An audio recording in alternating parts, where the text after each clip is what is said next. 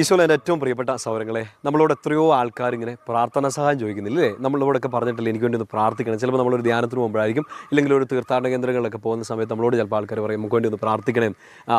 എത്രയോ ആൾക്കാർക്ക് വേണ്ടി നമ്മൾ പ്രാർത്ഥിക്കേണ്ടതുണ്ട് ഇല്ലേ? ഇപ്പം നമ്മൾ നമ്മുടെ വീടിനകത്തോട്ട് നോക്കിയാൽ, നമ്മുടെ കുടുംബത്തിൽ തന്നെ നോക്കിയാൽ, നമ്മുടെ പ്രാർത്ഥന ആവശ്യമായിരിക്കുന്നവരെല്ലാവരും, നമ്മുടെ ജീവിത പങ്കാളി, മക്കൾ, മാതാപിതാക്കൾ, നമ്മുടെ പ്രിയപ്പെട്ട ഫ്രണ്ട്സ്, എല്ലാവർക്കും വേണ്ടി നമ്മൾ പ്രാർത്ഥിക്കണം.